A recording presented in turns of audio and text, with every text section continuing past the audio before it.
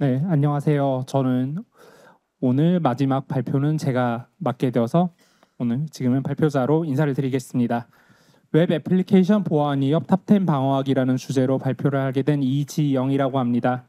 저는 지금 아이디어스와 텀블벅 그리고 자회사인 텐바이텐에서 시큐리티 엔지니어를 하고 있고요. AWS의 커뮤니티 빌더의 보안 도메인에서도 활동하고 있습니다. 네, 오늘 주제는 OWASP API 시큐리티 탑10의 10가지 주제를 가지고 API 보안에 대해서 방법론적인 부분을 위주로 얘기를 해보려고 해요.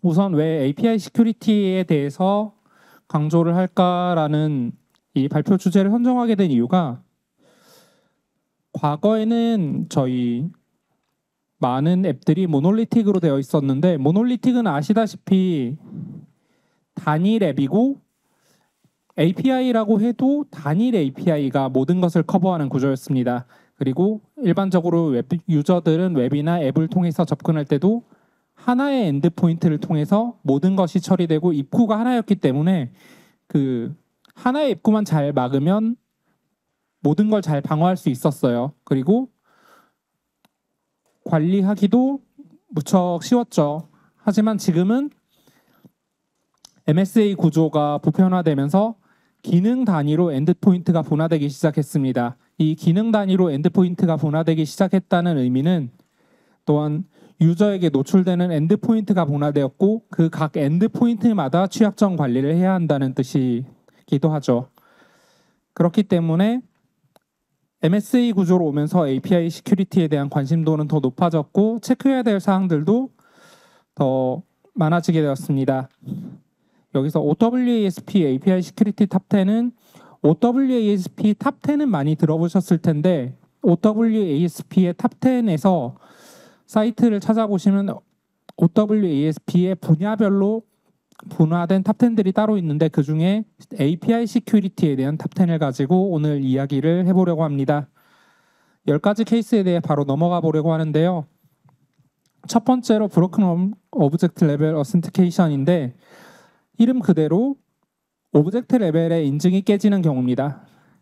API에서 주어진 ID 등의 오브젝트 값만 가지고 대상을 식별해서 리스폰스를 내려주게 되면 해당 API 경로를 가지고 ID 값 등만 변조하는 것으로 주요한 정보의 노출이 발생할 수 있습니다. 내 정보를 조회하는 API는 대부분 회원이 있는 경우라면 모두 가지고 있죠. 여기서는 get 형식으로 뒤에 프로파일 뒤에 넘버로 유저를 식별한다고 가정해봤습니다. 내 정보를 조회할 때는 이렇게 리퀘스트를 남겼을 때 정상적인 응답이 오는 것은 아무런 문제가 없습니다. 하지만 내가 이 부분을 get 부분에서 뒤에 파라미터만 수정했는데 타인의 정보가 보이게 된다면 개인정보 유출 사고가 되겠죠. 그리고 실제로도 이렇게 최근에는 API들 살펴보시는 분들이 많아서 이런 것들이 있다면 공격에 활용될 수 있는 소지가 매우 높습니다. 그래서 일반적으로는 이런 경우에는 반드시 요청하는 리퀘스트의 경로와 JWT 등 보안적인 수단에서 넘어오는 유저의 값이 동일한지 반드시 크로스 체크를 해주셔야 하고요. 가능한 경우에는 또 식별자에서 저렇게 추측할 수 있는 넘버로 사용자 식별자를 부여하는 경우가 있는데 그렇게 되지 않도록 주의해 주셔야 합니다. 그리고 저러한 구조를 구현하실 때 주의하셔야 될 부분이 UUID로 구현하시더라도 UUID가 웹 프론트에 노출되는 경우에는 그 UUID를 손쉽게 취득해서 이 회원 정보 API에 대입해서 공격 시도를 할 가능성이 있기 때문에 사용자의 UUID 등이 프론트에 가급적 노출되지 않도록 주의하시는 것이 좋습니다. 다음으로는 브로큰 어센티케이션에 대해서인데요. 취약한 인증 로직 자체에서 인가되지 않은 사용자가 인증에 성공할 수 있다라는 것인데 의외로 사용자분들이 특히 주니어분들의 이나 1인 제작자분들 앱을 만드실 때 직접 로그인단을 구현하시는 경우가 많은데 보통의 이런 오류들이 발생하는 가장 큰 이유는 사용자분들은 내가 의도한 대로, 내가 의도한 플로우대로만 유저들이 앱을 사용할 거라고 생각하세요. 하지만 사용자들은 절대 그렇게 하지 않습니다. 브루트포스가 일어날 거라는 상상은 이 정도까지는 물론 하시는 경우가 있어요. 하지만 취약한 패스워드 규칙 난수화로 대입하실 거라는 시도를 예측하고 만드시는 분들이 의외로 없고요. 그 다음으로 취약한 비밀번호 찾기인데, 예를 들어서 취약한 비밀번호 찾기가 특정한 API에서 API를 건너뛰고 취약한 비밀번호 찾기 API를 호출한 다음에 거기서 파라미터를 고쳐서 다른 유저의 API를 패스워드를 변경할 수 있게 된다거나 이러한 시도들을 할 수 있습니다. 그리고 세션 하이제킹 등을 통해서 세션 재사용을 해서 인증이 성공하는 경우도 있고요. 그래서 이러한 부분들을 모두 고려해서 취약한 인증을 사용하지 않도록 하는 것이 좋고요. 특히 저는 가능하면 인증 모듈의 경우에는 이미 만들어져 있는 코그니토라든가 파이어베이스에서 제공하는 인증이라든가 이미 완성되고 검증된 인증 모듈들을 쓰시기를 권해드립니다. 그리고 직접 만드신다면 꼭 여러 가지 케이스들을 진지하게 고려해 보실 것을 권장을 드리고 있어요. 네, 다음으로 이 대안에서는 첫 번째로는 브루트포스에 대한 방어고, 세션 아이디의 경우에는 대부분의 경우 최근 세션 아이디는 자동으로 발급되기 때문에 유추할 수 없지만 혹시 직접 지정하는 경우에는 추측할 수 없는 형태의 세션 아이디를 구현해 주셔야 됩니다. 그리고 사실 AWS에서 웹단에서 가장 많이 사용하게 되는 인증에 대한 방어 방법이 AWS 와프인데요. 여기서 권해드릴 수 있는 팁은 우선 엔터프라이즈나 조금 비용에 대한 것을 감수하시더라도 방어율을 높이겠다고 하면 페이드 룰이라고 해서 이 시도 횟수에 따라서 추가적인 과금이 부과되는 어카운트 테이크오버나 어카운트의 비정상적인 생성을 막는 룰들이 있는데, 사실 이 룰들이 회당 과금이 별도로 이루어지기 때문에 상당히 사용하기가 부담스러운 경우가 많고요. 또 여기서 오탐돼서 로그인 처리가 안 되는 경우도 있어서 실제로 이 룰을 적용하기까지는 상당한 노력이 필요합니다. 그래서 그 다음으로는 무료 룰 중에 기본적으로 제공되는 어드민 프로텍션이 있긴 하지만 이것도 오탐이라던가 이런 부분들이 발생할 수 있고 내가 원하는 최적의 동작을 하지 않기 때문에, 그리고 또 결정적으로 얘가 캐퍼시티가 100이 소모가 되는데 이 100이라는 룰을 사용함으로써 다른 룰을 충분히 적용할 수 있을 만한 여유 공간을 그만큼 손실할 수 있어서 간단한 경우라면은 커스텀 룰로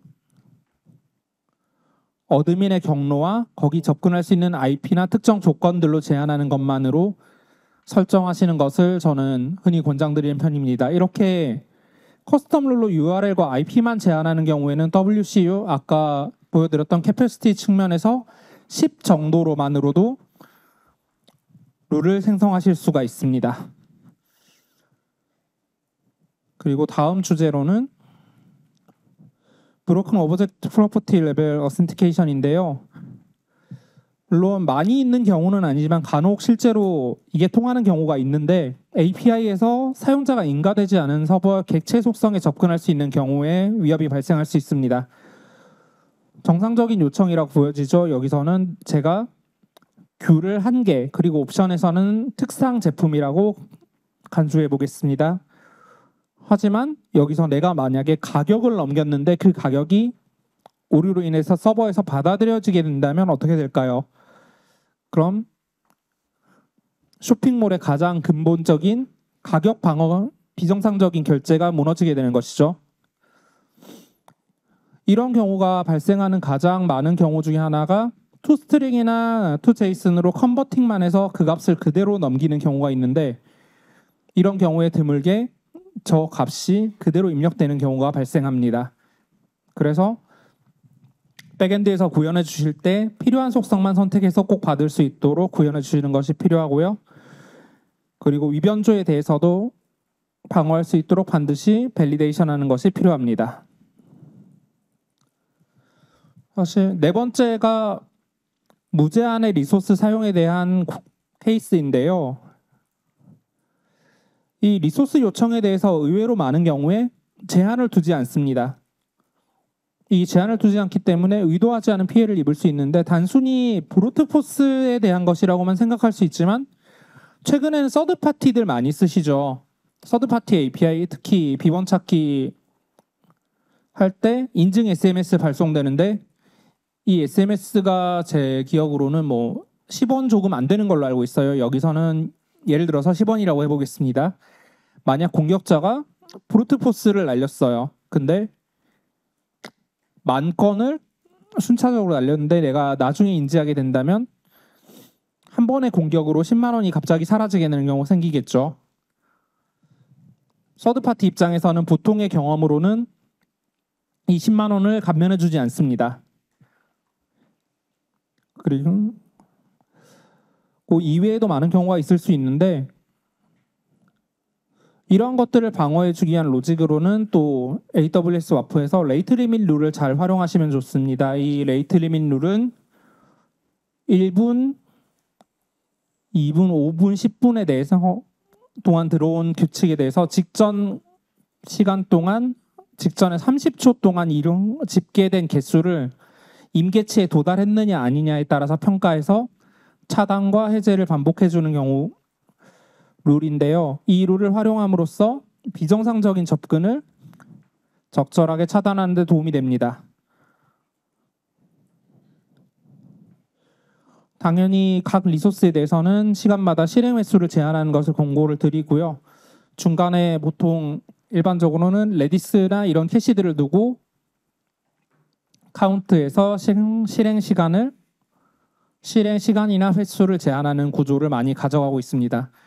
또 비용이 드는 것이 아니더라도 이미지를 저장하게 되면 물론 S3는 저장 공간이 무제한이라고 하지만 저장 공간이나 이런 것들도 결국은 돈이기 때문에 이미지 업로드라든가 이런 자원의 용량 소모에 대해서도 제한을 둬서 반드시 자원이 고갈될 수 있는 것을 방지하는 것도 필요합니다.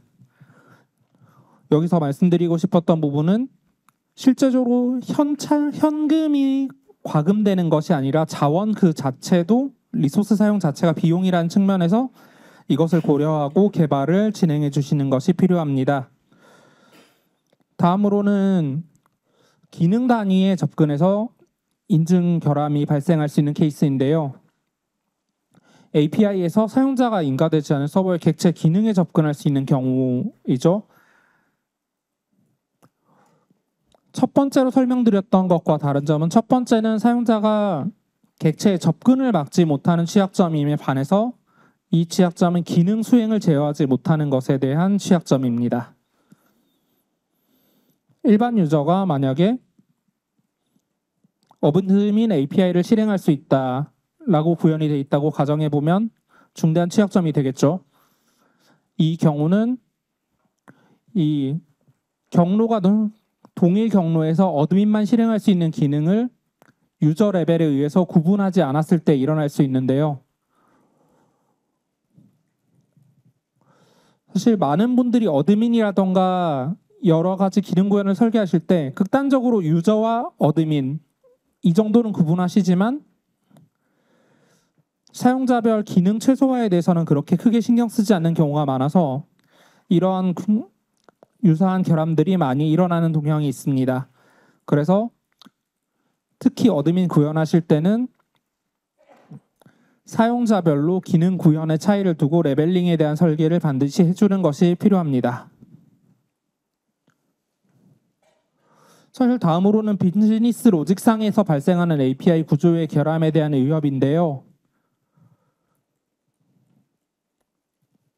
예를 들어서 저희가 비즈니스 로직상에서 우리는 며칠 안에 직전일까지는 무료 취소가 가능하다라는 형태로 열차 예매가 가능하다 또는 비행기 예매가 가능하다라고 가정해 봅시다.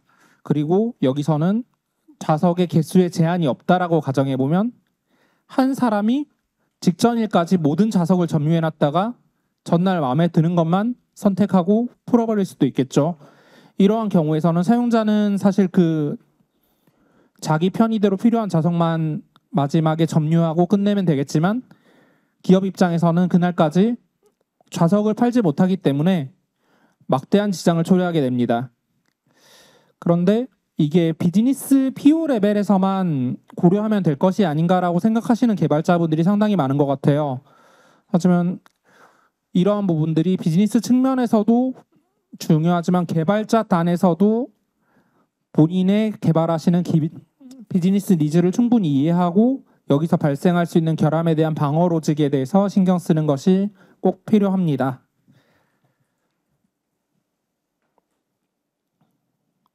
그리고 다음으로는 서버 사이드 리퀘스트 폴저인데요. SSRF라고 불리는 취약점, 이것을 굳이 넣은 이유는 API 톱 10에서도 있지만 AWS에서 SSRF와 이야기가 나오면 꼭 나오는 이야기 중에 하나가 캐피탈원이라는 회사의 해외 사례인데 SSRF 공격으로 1억 600만 명의 고객 정보가 탈취된 케이스가 있습니다. 이것이 AWS의 IMDS라는 내부 정보를 조회할 수 있는 API가 버전 1에서 버전 2로 업데이트된 계기가 되기도 했는데요. 간단히 설명드리면 캐피탈 1에서는 고객 이미지를 조회하는 용도로 고객 이미지가 아니라 이미지를 조회하는 용도로 HTTP 뒤에 URL을 그대로 받는 형태의 구조를 가지고 있었는데 공격자는 이 점에서 이 URL 부분에 정보를 조회할 수 있는 AWS 인스턴스에 대한 정보와 API 키 등을 조회할 수 있는 IMDS를 주소 169.254, 169.254 주소를 그대로 입력했을 때 공격이 성공한다는 것을 발견했고 이것으로 AWS 키와 액세스 키와 액세스 아이디를 확보해서 1억 600만 명의 고객 정보를 탈취할 수 있었습니다. 당시에는 매우 큰 사건이었고요. 이것을 통해서 IMDS가 버전 1에서 인증이 들어간 버전 2가 새로 나왔습니다. 사실 이 IMDS에 대해서 크게 신경 안 쓰고 AWS를 운영하시는 경우들이 상당히 많은데 AWS 환경에서 불필요한 경우에는 IMDS 자체를 비활성화하는 것을 저는 개인적으로 권해드리고요. 필요한 경우에 꼭 IMDS의 버전 2를 사용하시는 것을 권해드립니다. 그리고 IMDS가 필요하더라도 AWS 와프나 SG나 기타 여러 가지 방법을 통해서 IMDS에 접근할 수 있는 주체를 통제하시는 것을 권해드립니다. 그리고 그 다음으로 시큐리티 미스컨피규레이션에 대해서는 잘못된 보안 설정 값, 사실 잘못된 보안 설정 값보다는 초기 설정을 그대로 사용하는 경우에서 뚫리는 경우가 상당히 많은데요. DB 계정, 처기 계정, 예를 들어서 어드민, 루트 그대로 사용하시거나 예를 들어서 다음으로 많이 발생하는 케이스가 어드민 페이지나 또는 SSH를 그냥 퍼블릭하게 열어두시는 경우가 생각보다 많이 있습니다. 특히나 스타트업의 경우에는 베스천 호스트라던가 이런 것들 만들어두기 좀 불편하다는 이유로 그냥 설마 이거 아이디 패스워드 모르겠지라는 생각으로 0.0.0.0으로 뚫어두시는 경우가 너무 많은데요. 이러면서 탈취되는 경우가 상당히 많기 때문에 기본 설정 값은 반드시 변경을 해주셔야 되고 외부 애니에서는 관리에 관련된 서비스가 반드시 접근하지 못하도록 SG 등을 통해서 설정해 주셔야 됩니다. 그리고 개발자분들 입장에서 가장 많이 놓치는 부분이 에러 디버깅을 위해서 에러 나면 화면에 스택 트레이스 메시지 나오게 하는 경우가 상당히 많아요. 이게 대부 환경에서는 물론 사용해야겠지만 프로덕션에서는 꺼주셔야 되는데 이게 기대서 배포하고 분기하기 귀찮으시니까 이거 유저가 봐도 뭔지 모르겠지라고 생각하시고 그냥 뿌리시는 경우들 상당히 많거든요. 이 스택 트레이스 메시지 활용하면 내부의 URL 구조를 파악할 수 있고 또 경우에 따라서는 DB에 대한 접근 경로, DB 버전을 파악해서 DB 취약점을 파악해서 해당 DB 취약점을 가지고 공격한다던가 이러한 용도로 활용할 수 있기 때문에 가능한 시스템에 대한 정보는 유저에게 노출되지 않도록 구현하시는 것이 필요하고, 그중 가장 중요한 것 하나가 이 스택 트레이스류의 메시지가 유저에게 노출되지 않게 하는 것입니다. 네, 물론 스택 트레이스 메시지 자체가 필요할 것인데 이것은 반드시 뒤에 APM 시스템에 의해서만 조회될 수 있도록 구현하는 것이 필요합니다.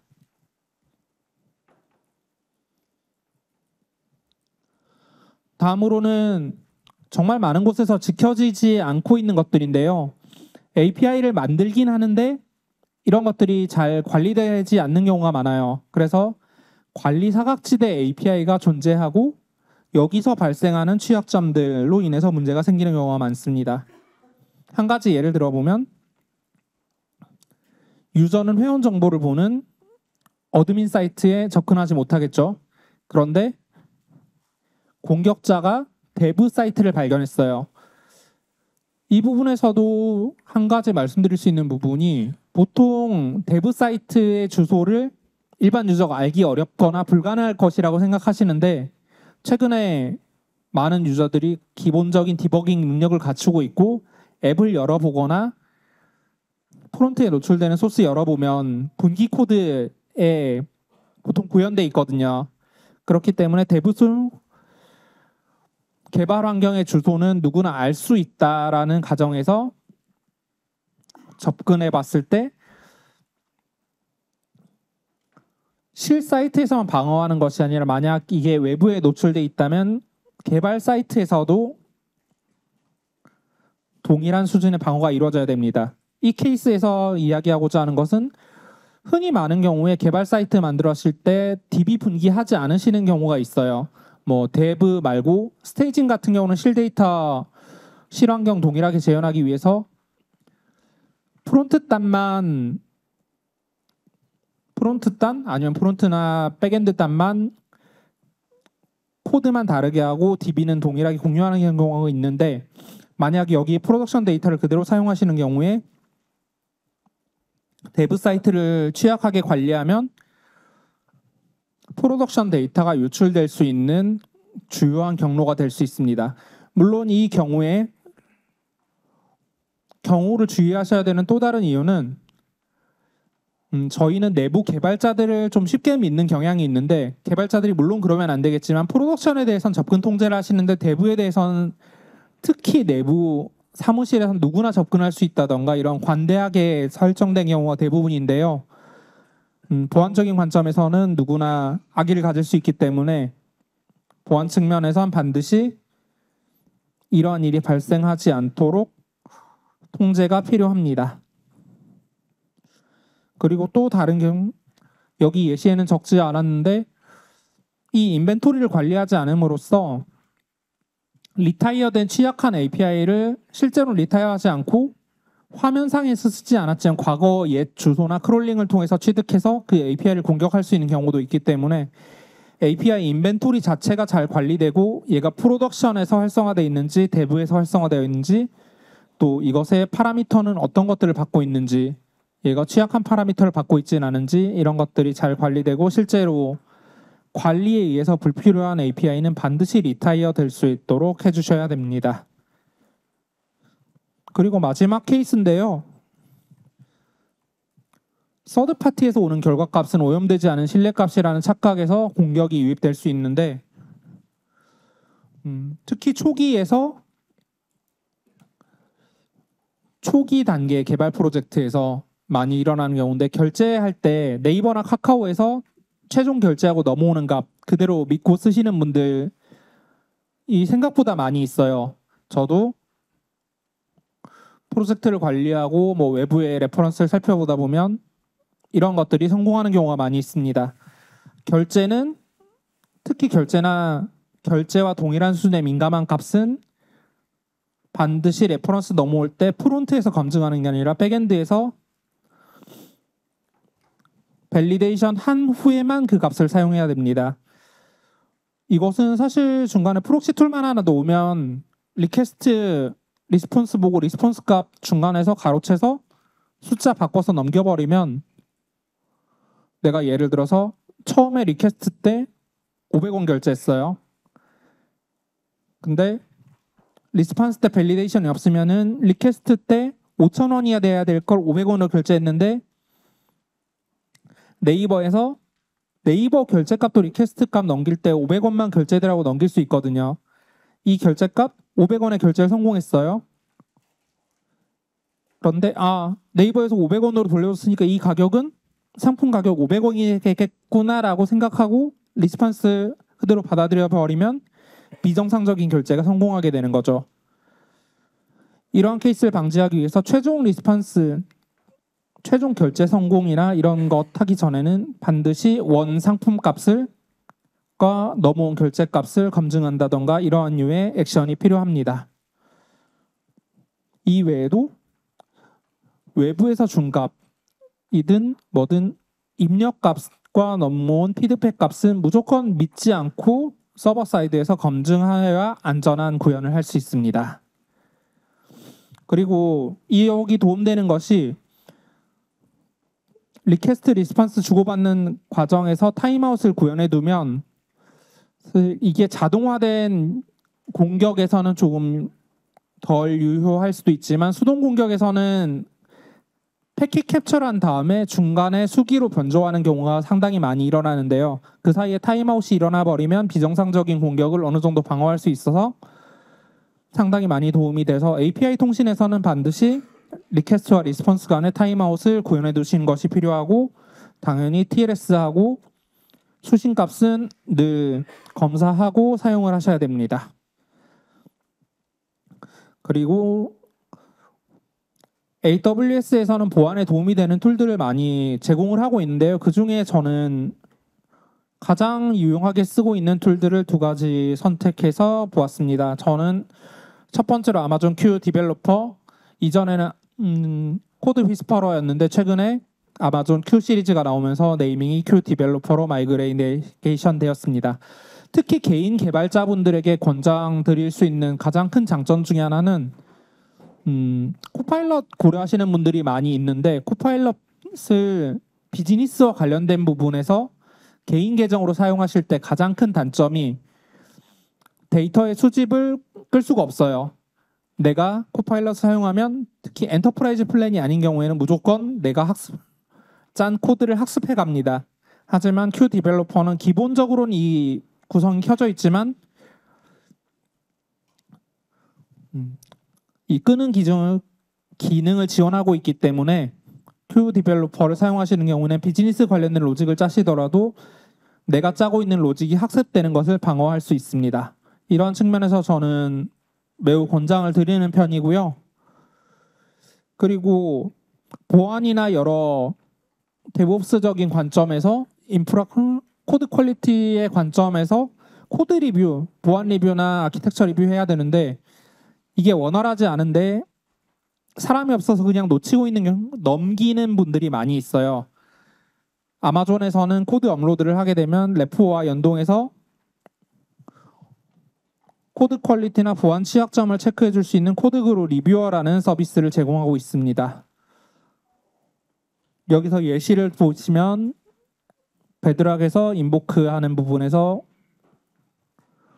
취약점이 발생할 수 있다라는 것이나 핸들러에서 수정사항이 권장된다는 점을 리뷰하고 있는데요. 이러한 식으로 내 코드 퀄리티를 높일 수 있는 리뷰 서비스가 자동화돼서 제공된다는 점 참고해 보셔서 조직의 규모에 맞게 활용해 보시면 좋을 것 같습니다. 그 다음으로는 코드그루에서 시큐리티에 대한 부분인데 코드 퀄리티 검증이고요.